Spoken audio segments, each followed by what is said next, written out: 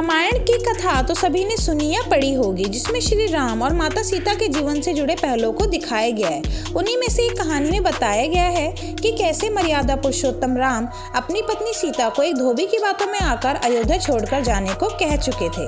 लेकिन क्या आपको पता है कि वो धोबी के रूप में एक पक्षी था, जिसके श्राप की वजह से माता सीता को वन में भटकना पड़ा।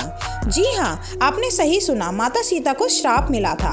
आज हम आपको बताएंगे कि देवी सीता को किस बात की सजा मिली थी और उन्हें वन में क्यों भटकना पड़ा। लेकिन उससे पहले अगर आप हमारे चैनल पर नए हैं तो इसे सब्सक्राइब जरूर कर दें। सबसे पहले आपको बताते हैं कि माता सीता का जन्म आखिर हुआ कैसे था। मिथिला नगरी में जनक राजवंश राज करता था। उन्हीं में से एक थे राजा शीरध्वज। एक बार यज्ञ के लिए वो जमीन जोत रहे थे। उसी समय वहाँ एक छोटी कन्या निकलती है। इस सुंदर कन्या को देखकर राजा को बहुत खुशी हुई थी। उन्होंने इस कन्या को अपनी पुत्री बना लिया और उसका नाम सीता रख दिया। एक दिन सीता अपनी सहेलियों के साथ बगीचे में खेल रही थी। वहाँ उन्हें एक तोते का जोड़ा दिखाई दिया। देखा कि वो तोते का जोड़ा पर्वत की चोटी पर बैठा हुआ था और बातें कर रहे थे कि पृथ्वी पर श्री राम के नाम से एक विख्यात बड़े सुंदर राजा होंगे। उनकी महारानी का नाम सीता होगा। श्री राम सीता के साथ कई वर्षों तक राज्य करेंगे। धन्य है वह जानकी देवी और धन्य है वह श्री राम। तोते की ऐसी बातें सुनकर सीता जी ने सोचा कि ये दोनों तो मेरे ही बारे में बात कर रहे हैं। इन्हें पकड़कर मैं अपने जीवन से जुड़ी सारी बातें पूछ सकती हूँ। इसलिए उन्होंने अपनी सहेलियों से उन दोनों पक्षियों को पकड़कर लाने को कहा। उनकी सहेलियां उस पर्वत पर गई और दोनों पक्षियों को पकड़कर ले आई। माता सीता उन पक्षियों से कहती है कि तुम दोनों बहुत सुंदर हो, देखो मुझसे डरो नहीं, मैं तुम्हें कोई नुकसान नहीं पहुंचाऊंगी। बस मुझे बता दो तुम कौन हो और कहाँ से आए हो, राम कौन है, सीता कौन है, तुम्हें उनके बारे में कैसे पता है। उसके बाद दोनों पक्षी बताते हैं कि एक बहुत विख्यात महर्षि वाल्मीकि है। हम दोनों उन्हीं के आश्रम में रहते हैं। महर्षि ने रामायण का एक ग्रंथ लिखा है, जिसका पाठ उन्होंने अपने शिष्यों को भी कराया है। उन पक्षियों को सीता ने यह भी बताया कि इस ग्रंथ में महर्षि वाल्मीकि ने बताया है कि महर्षि श्रव्यशंख के द्वारा पुत्रेष्टि यज्ञ से प्रसन्न होकर भगवान विष्णु, राम, लक्ष्मण, भरत और शत्रुघ्न ये चार मानव शरीर धारण कर पृथ्वी पर जन्म लेंगे।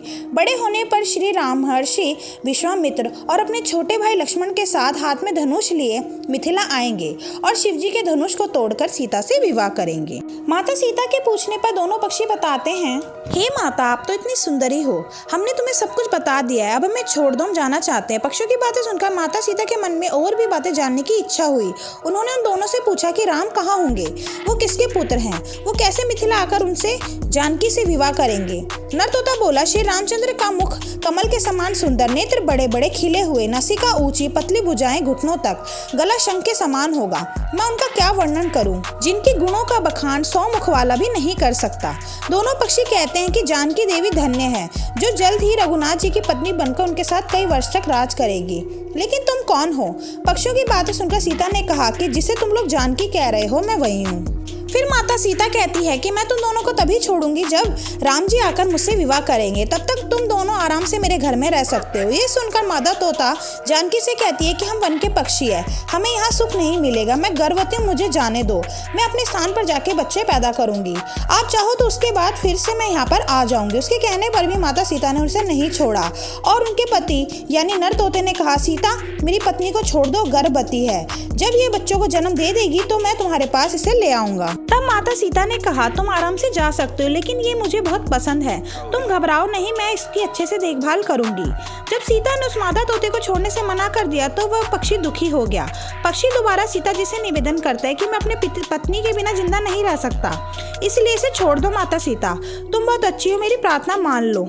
इस तरह उसने बहुत समझाया, लेकिन सीता ने उसकी एक भी बात को नहीं माना और मादा पक्षी ने क्रोध में सीता को श्राप दिया कि अरे, जिस प्रकार तूने मुझे अपने पति से अलग किया है, वैसे तुझे भी स्वयं गर्भवती की अवस्था में राम से अलग होना पड़ेगा। फिर उसके कुछ ही दिन बाद पति से बिछड़ने के दुख में माता पक्षी के प्राण निकल गए और पत्नी की मौत हो जाने पर नर पक्षी बहुत दुखी हो गया।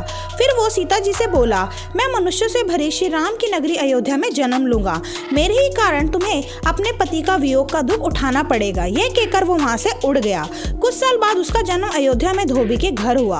उस धोबी के कारण ही माता सीता का अपमान हुआ, उन्हें अपने पति श्री राम से अलग होना पड़ा और उस तोते का श्राप ही सीता जी को पति श्री राम से बिछड़ने का कारण बना। इसलिए जब माता सीता गर्भवती भी थी तब भी उन्हें अपने पति से दूर वन में रहना पड़ा। अक्सर आपने सुना ही होगा दोस्तों कि हमें अपने कर्मों का फल यहीं मिलता है।